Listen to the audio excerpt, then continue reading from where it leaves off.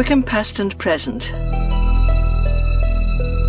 Wickham is a small residential town, combined with village charm, overlooking the River Tyne to the north, with the rivers Derwent to the west and Thames to the east. Until the 1950s, the village remained mainly rural, with coal mining providing much employment. Wickham has some of the finest views overlooking Newcastle, and a location that offers easy access to the wonderful countryside of Northumberland and Durham.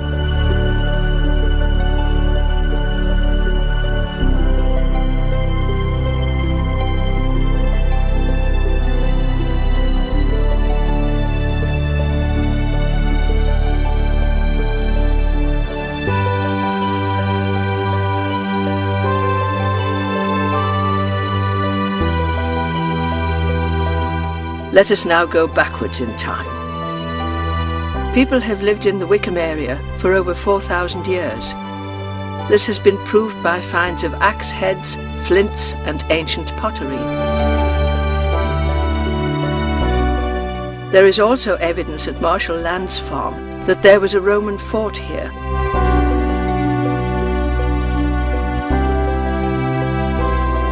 The village used to be called Quickham, as was discovered from old documents from 800 years ago. Quickham, an Anglo-Saxon name, meaning a village with a quickset hedge, was first mentioned in the Bolden Book of 1183.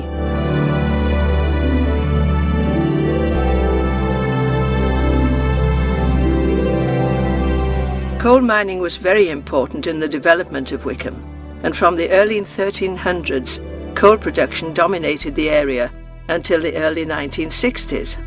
The other main occupation was farming.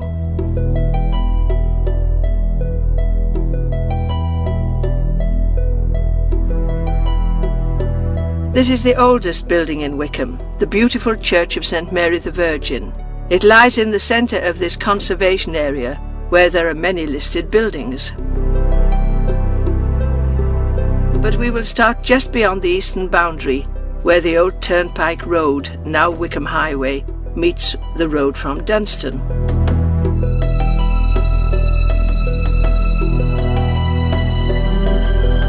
In a field at the top of Dunstan Bank, we see that all that remains of the magnificent beech tree, which was seriously damaged by the high winds of January 2005.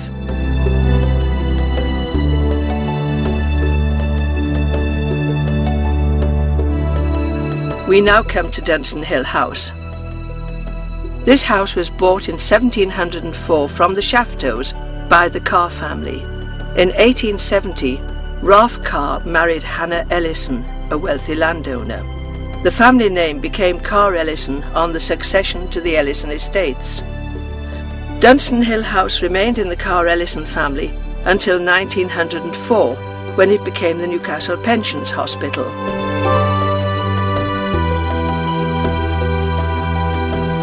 This picture shows the east face of Dunstan Hill House, which is now being converted into residential apartments.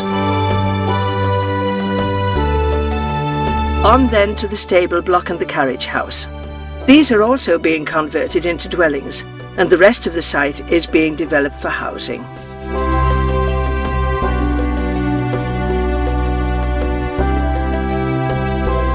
Moving on, we come to the modern Dunstan Hill Hospital. Quite a change from the old wooden walls built to accommodate wounded soldiers in World War I.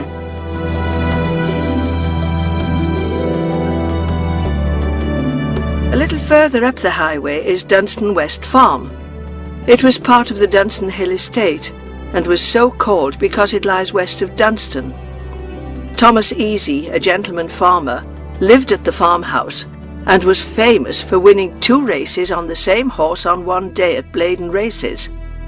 It is a Grade II listed building and is now a popular riding school.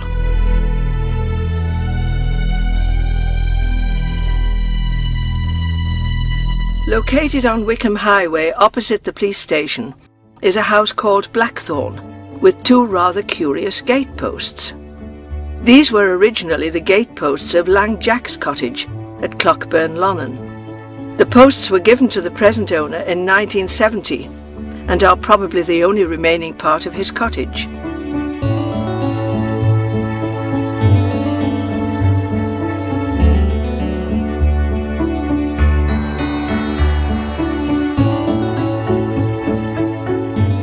Close by is Pink House, the home of Gunny Willis in the 1920s and 30s. On Sunday evenings, she would open up her front room to sell sweets and lemonade to passers-by who made the regular evening stroll after church from the village to the top of Carr's Bank, now Dunstan Bank. Another well-established building of special interest is Beach House.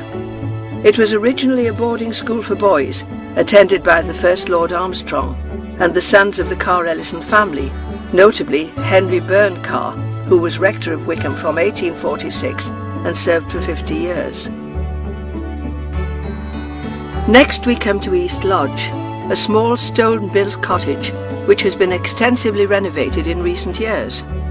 It was originally a gatehouse for the newly built Wickham Hall, now known as Wickham Lodge. The building, an 18th century mansion built by John and Francesca Barras in 1740, was originally set in 19 acres of parkland. John's hobby was brewing ales, and this was done in the cellar of Wickham Hall. It eventually turned into a small business, and local customers who visited to drink at the hall began calling it the Wags. Rather interestingly, the cellar below Wickham Lodge still remains as it was over 250 years ago. The Barras brewing business expanded over the years, eventually opening the Tyne Brewery in Bath Lane, Newcastle. In 1890, the Newcastle Breweries was formed, an amalgamation of 5 brewing companies, including the Barras Brewery. This formed the 5 points of the world-famous logo, the Blue Star. Could it be said the Newcastle Brewery really started in Wickham Lodge all those years ago? In the cellar there is a bricked-up entrance to a tunnel that runs from the lodge to Dockandale Hall with branches to the Bay Horse Inn and on to the rectory. The Barras family were revered as great benefactors of the Wickham community until John Wesley, the founder of Methodism, held a mass meeting at the foot of Broom Lane in 1752, preaching against the evils of alcohol and the brewing of ale. This large property is now divided into separate homes.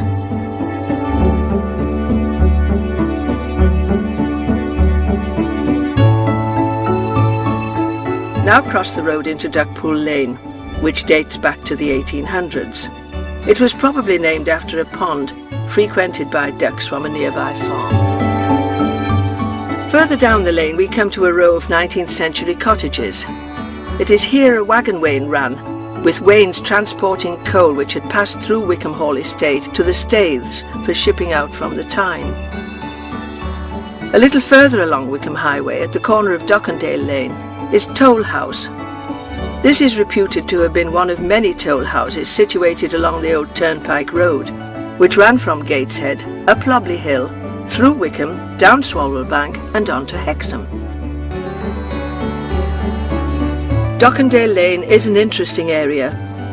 Here the road reverts to the original cobbles, leading to the rear of Dockandale Hall and the old farm stables. This area is probably the only remaining cobbled road in Wickham. Dockandale Hall is thought to be one of the oldest residential areas in Wickham. Cromwell is reputed to have stayed here for 2 nights in 1648 on his way to Scotland.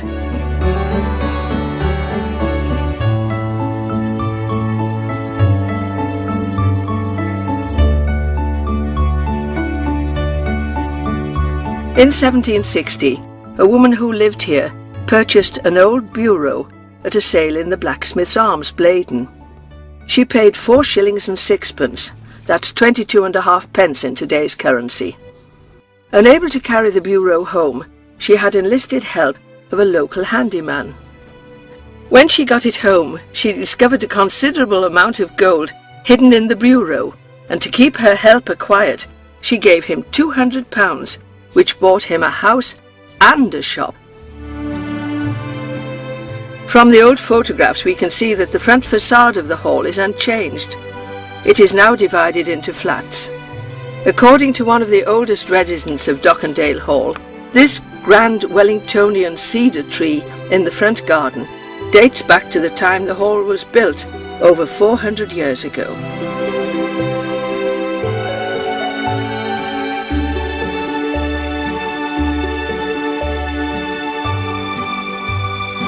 The property was owned by various families until 1948, when it was purchased by the Catholic Church and used as a presbytery.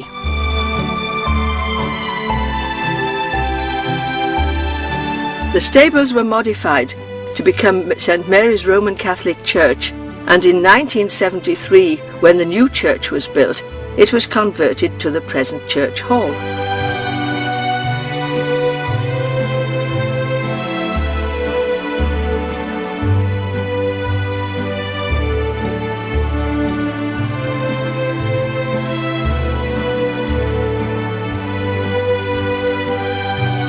Here we enter Wickham Park off Wickham Highway.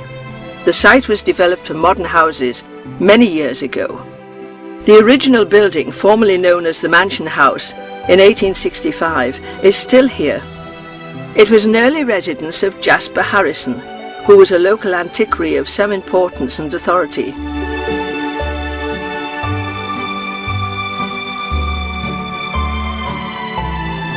In 1830 it was the residence of Charles Atwood, who was leader of the local Chartists.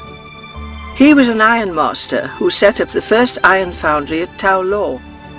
He was also an associate of a well-known character, John English, better known as Langjack, but more of him later. The Bay Horse is the only public house in Wickham to keep its original name, and has for many years been a focal point for the villagers of Wickham and its surrounding areas. This photograph, taken in 1905, shows local footballers in fancy dress, ready for a charity football match. Between the Bay Horse and the imposing council offices is a small narrow road known as the Knolls. The first post office was situated here in 1850 before moving to various sites in the village. Today there are several small businesses in operation.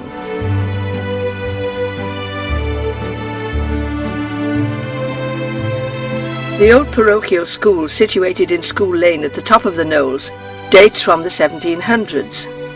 It was built as a charity school for 36 poor children of the parish. In 1838, when Jackie Robinson became headmaster, the reputation of the school was greatly enhanced, with pupils travelling from nearby villages.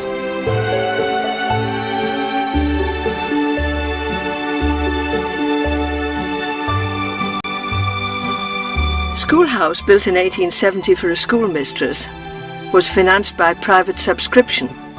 This is the first mention of girls attending the school. In 1972, the school moved to larger premises along the Broadway. A little further along School Lane is Park Cottage. This was an entrance for the horse-drawn coaches going to the Mansion House in Wickham Park. The archway, now blocked up, shows the original entrance. The cottage was originally 2 dwellings, which provided accommodation for the head gardener and coachman. The cottage dates back to 1791, but the date shown above the arch is only visible when the ivy has lost its leaves. The council offices were built over 100 years ago in 1904. The building was the centre of local government and served the community for 70 years before being absorbed into Gateshead Metropolitan Borough Council in 1974. Today it still provides a number of local services. On the corner is the War Memorial, dedicated in 1922 to commemorate those lost in World War I. Church Green has had a variety of uses. In 1569, 2 men were executed there, and up to the 1820s it was the site of the village stocks. For a time it was used as a playground for the parochial school.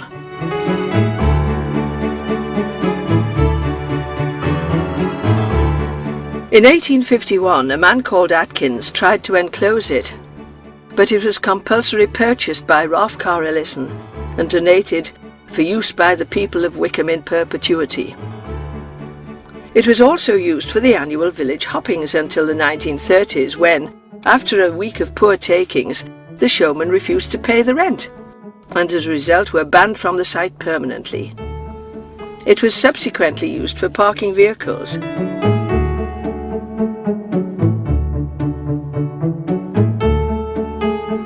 In 1953 the council took it over and landscaped it to a high standard, helping Wickham to win Britain in Bloom several times.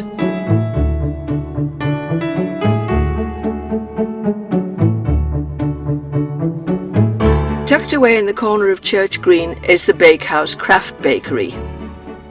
This was formerly a coach house used by the Clavering family, attending church services to protect their coach and horses from inclement weather. The Claverings in the 17th century were ardent royalists, and at that time one of the most powerful and influential families in England. According to the 1865 Ordnance Survey map, this road was named Occupation Road. The name Occupation Road was quite commonly used in the north, and were roads marked out for the passage of livestock. It is also interesting to note the name of the main road was Wickham Town Street.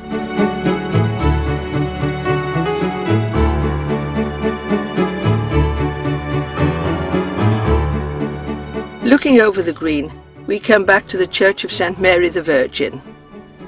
Parts of the architecture suggest that the church is about 900 years old, starting with the nave and chancel around 1100, through to the early English period, when the north and south aisles were added in about 1200. The tower and the porch were added around 1360.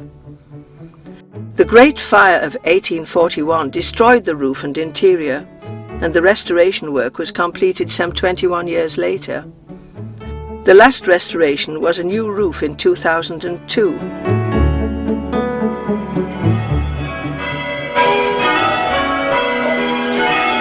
The tower houses 6 bells dating back to the 1600s, and here in 2004 the campanologists are still using them. This is their regular practice and training session.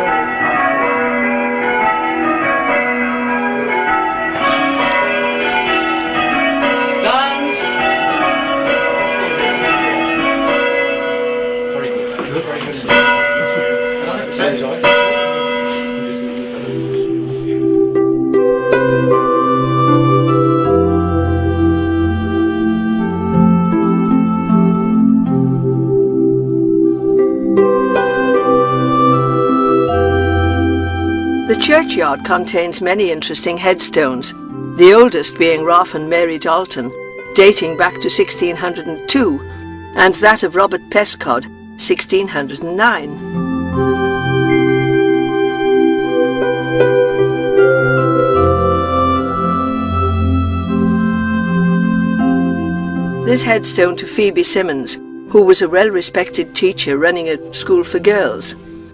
She died in 1859, and to show the appreciation of her work, the public subscribed to a stained glass window in St. Mary's Church. Here we have a memorial to Harry Clasper, who was a world-class oarsman. He was world champion in 1845. He was a boat builder of great renown, inventing the boat outrigger. Rowing was a great cult sport in the Victorian era. In Newcastle, between 50,000 to 60,000 spectators would regularly gather on the banks of the Tyne to watch rowers such as Harry Clasper. He finished life as a pub landlord, running the Tunnel Pub in Tyne Street, Newcastle.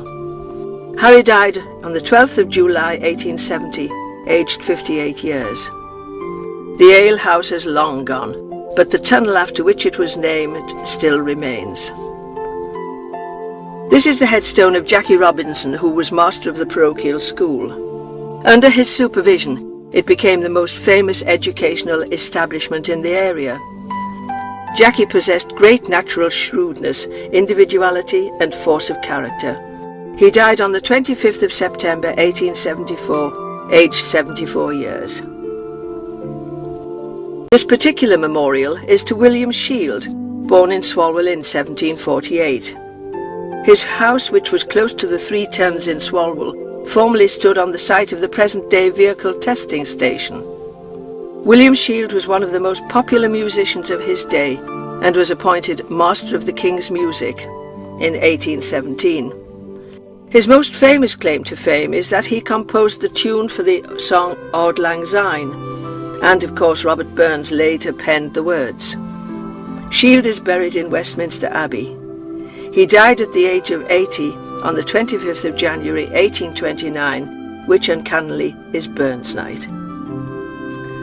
This flat gravestone is rather interesting. The worn area shows where in the late 1800s the parish clerk used to stand to announce to the people leaving church any forthcoming events of importance. The part of the stone where the clerk stood had been considerably worn, and since the cessation of that custom was re-lettered in the 1890s. A narrow alley called Dogloup leads us from Church Green to Church Chair, the oldest part of the village. The building immediately in front of us is the present-day rectory and is probably the oldest residence in Wickham, dating back to pre-Reformation times, and was once known as Wickham Hall. At this site in Church Chair, we see part of an old stone wall, all that remains of the Mason's Arms, which was demolished in the late 1800s. In former times, the local monks probably lived here. In 1921, the parish hall for St Mary's Church was made from a converted coach house situated in Church Chair. It became a picture hall in 1923, and during the general strike of 1926 was used as a temporary soup kitchen. It has had many different uses since, such as a roller skating rink, a bingo club, and currently it is a fitness centre. This building was formerly a tithe barn which stored grain. It later became a coach house for the village, and it is now a tea room. A number of old houses in Church Chair make up the present St Mary's Centre, established in 1923. It was significantly extended in 1978, and the foundation stone was laid by Mrs Pyle, assisted by Bill Ollerman. Mrs Pyle was born in Wickham and lived well into her 90s. She was closely involved with the Mothers' Union in Wickham. The main hall accommodates 200 people, and the premises are the focus for many community activities.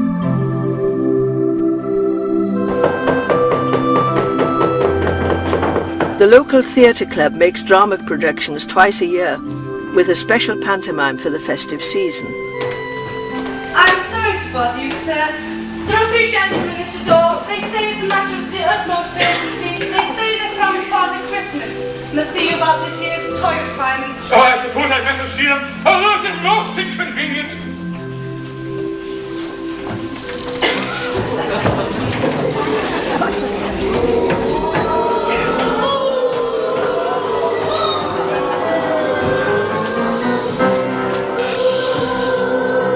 Thank you, sir.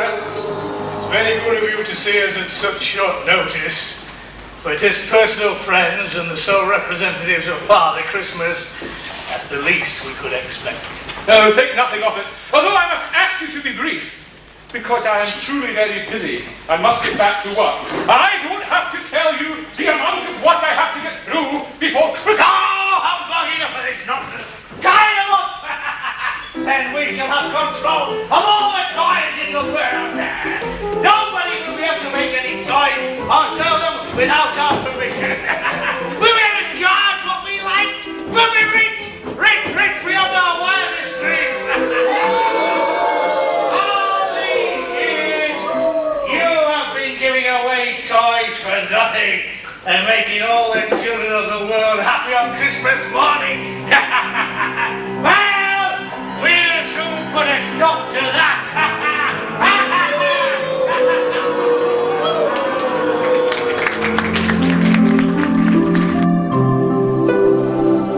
High Place Cottage is thought to have been the home of the local fireman. The horses were kept in the field off Colway Lane, and evidence of the lean-to stable can be seen on the east side of the lane.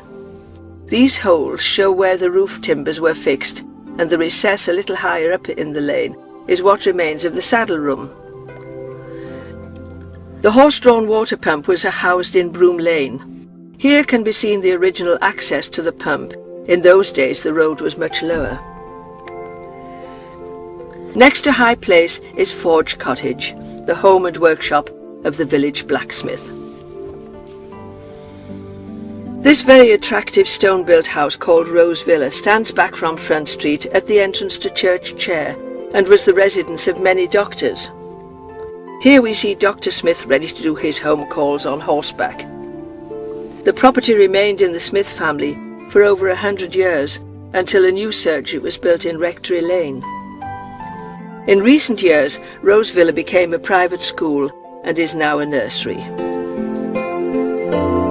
The crossroads in front of Rose Villa, where Rectory Lane and Churchyard join Front Street, were originally called the Cross.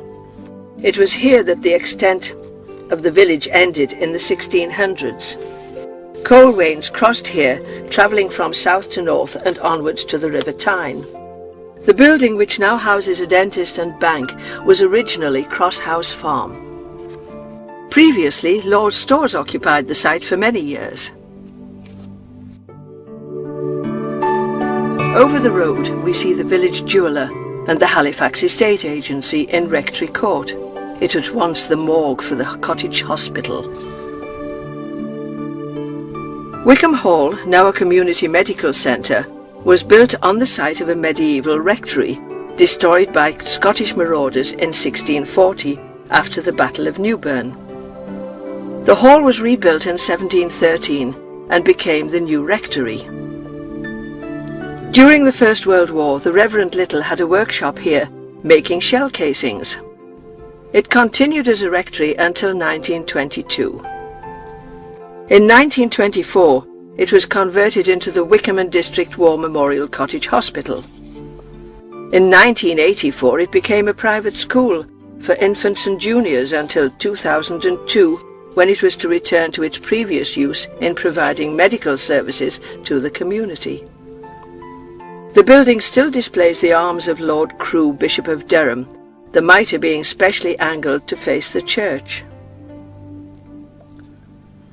The cottage at the entrance to the medical centre was once the home of the rector's gardener.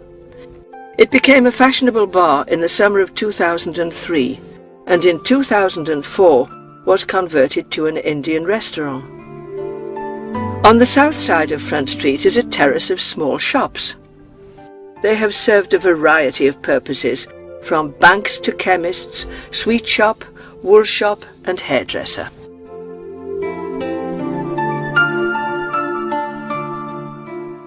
Set behind the shops is Chase Park. The park has been a popular venue for many community activities.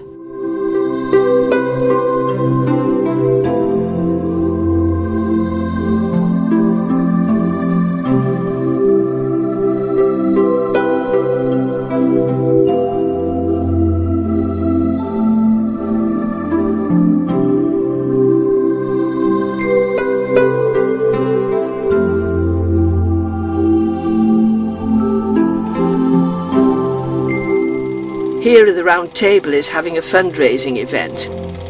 This old footage shows the bed push contest battling its way to the park.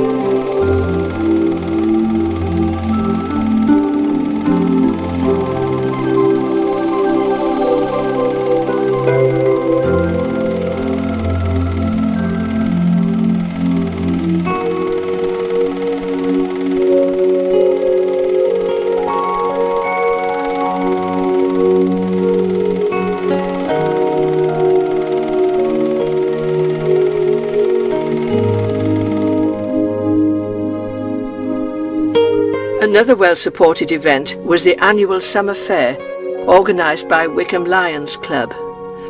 This film, made in 1989, shows a typical fair. Thank you.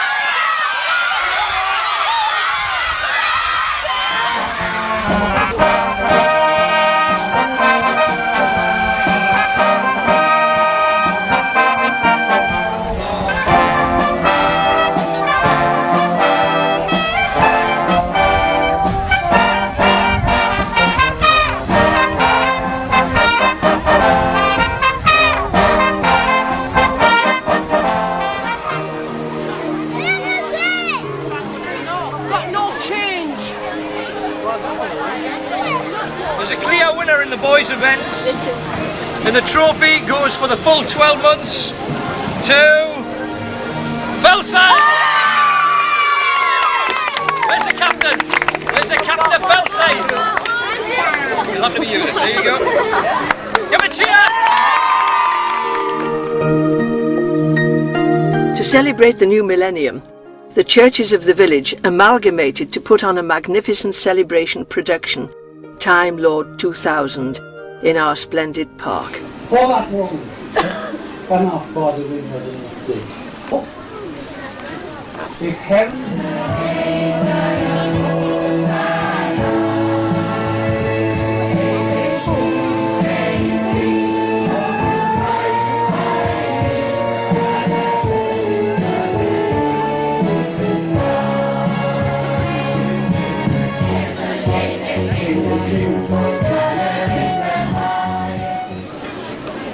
This is my body, given for you. Do take this in remembrance of me.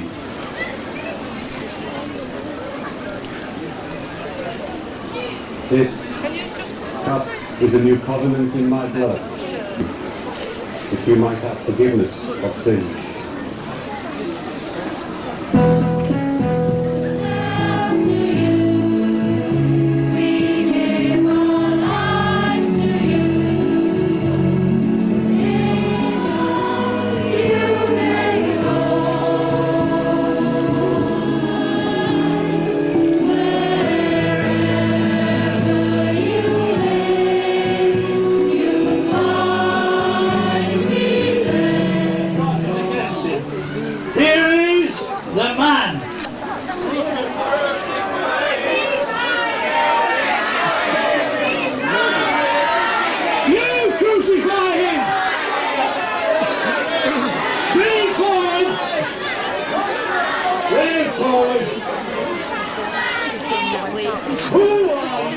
Over me.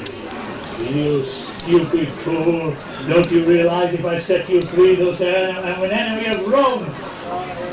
And still you won't speak? Won't you at least plead for your own life?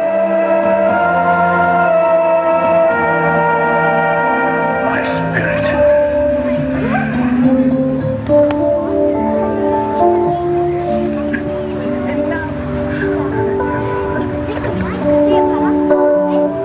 You say the cloth that covered the Holy of Holies has been torn from top to bottom? The mill at the high end of the park existed in 1567, when the villagers were ordered to pay for its upkeep.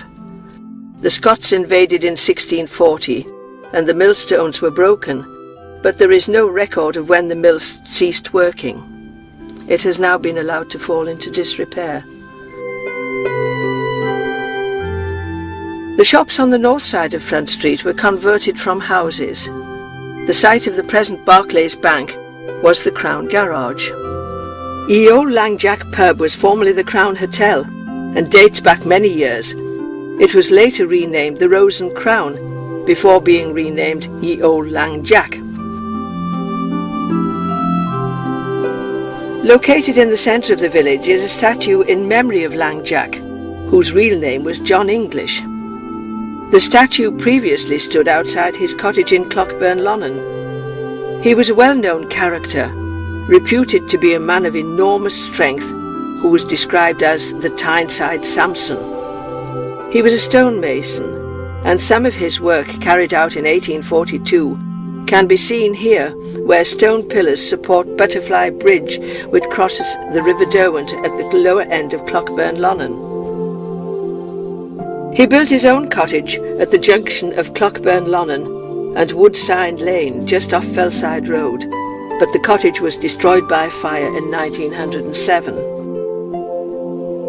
Langjack died in 1860, 6 years after his statue was erected. In 1977, the statue was moved to its present position by the builders J.T. Bell when the Fellside Park estate was developed. Going west past Langjack's monument, we see the biggest change made to Wickham, the building of St Mary's Green 30 years ago. This pleasant pedestrian shopping centre is separated from the traffic by a green, with trees and flower beds allowing shoppers to walk in safety away from the traffic. Set back from the road was Taylor's butcher's shop, with an abattoir to the side. It was taken down carefully and transported to Beamish Museum with the intention of recreating it. Today it is still a pile of stones waiting to be rebuilt. The buildings on the south side were demolished to make way for the extension to the telephone exchange, and those on the north side for part of St Mary's Green and the building of the Gibbside Hotel.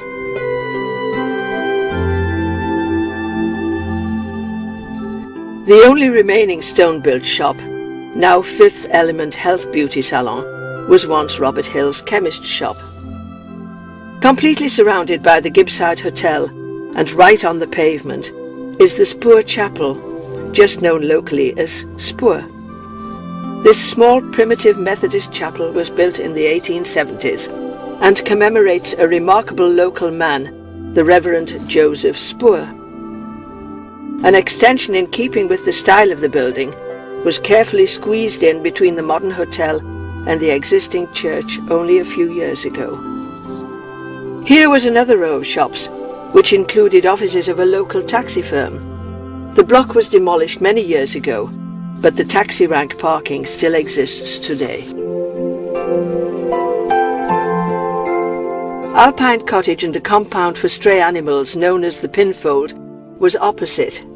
It is now a car park. Behind in back row are Wickham sale rooms, opened in 1966. The building was originally built after the First World War as a miners' welfare hall for Axwell Park Colliery. Back on Front Street we come to the Square, which was developed in 1961, the first major redevelopment in the village. Wickham Front Street is now a bustling shopping centre, and there is little sign of the farm that once stood in the heart of the village here on the right. Glebe Farm was demolished 40 years ago. Part of the old farm wall remains, and to commemorate the site of the old village pump, parts of the stonework were included in the wall in the 1960s. The first house at the east end of the row is a cottage with an interesting window built on the corner. It was adapted to serve initially as a baker's shop. A little further along is Salisbury House. There is evidence to show the house was built in 1653.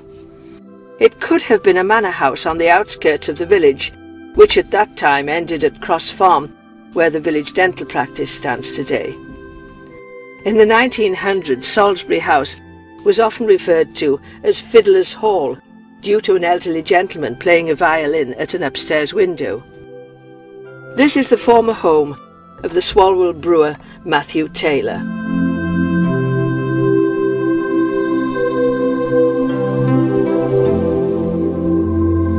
It was taken over in 1925 as a centre for Durham County Council activities, and in 1951 became a residential hostel. The garden behind the Hermitage was originally set out in a willow pattern design, with a lake, pagoda and bridge. Today volunteers are redeveloping this garden to something of its original appearance.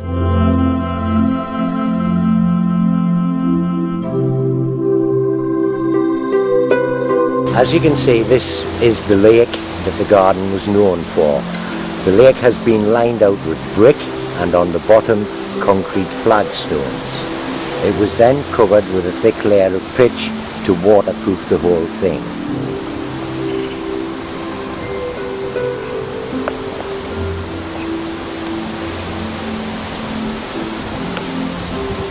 Now these brick pillars supported a wooden bridge which went across that gap.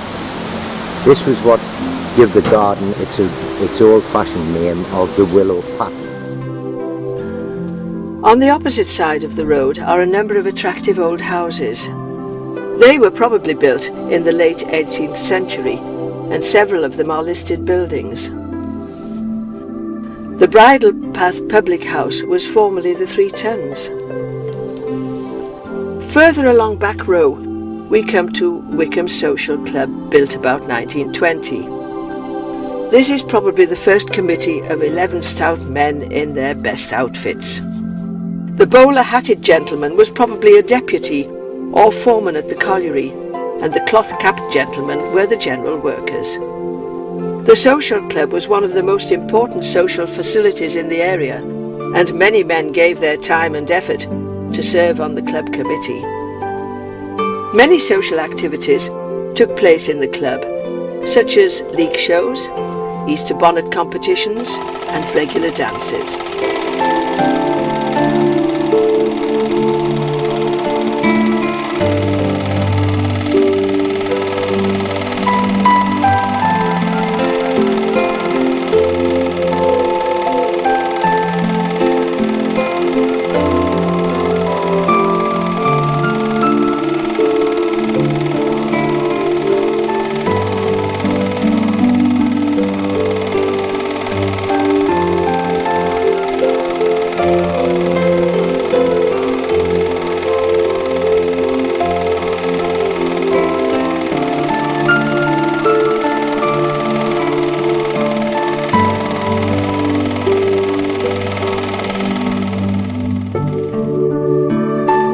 Street Community School opened in 1909, when the old parochial school could no longer cope with the increased population.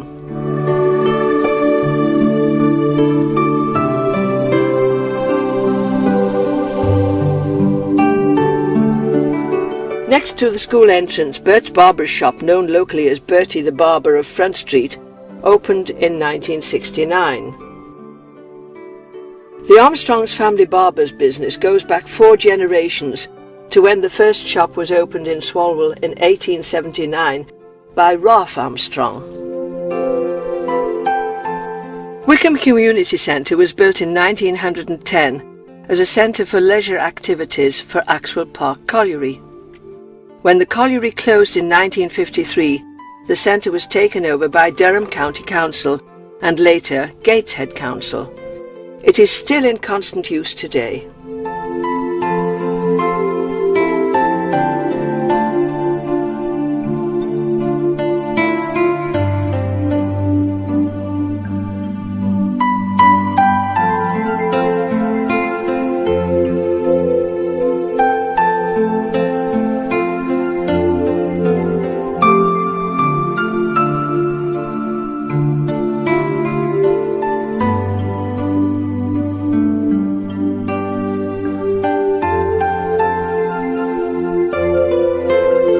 At the bottom of Fellside Road stands the West End Wesleyan Chapel, built in 1869.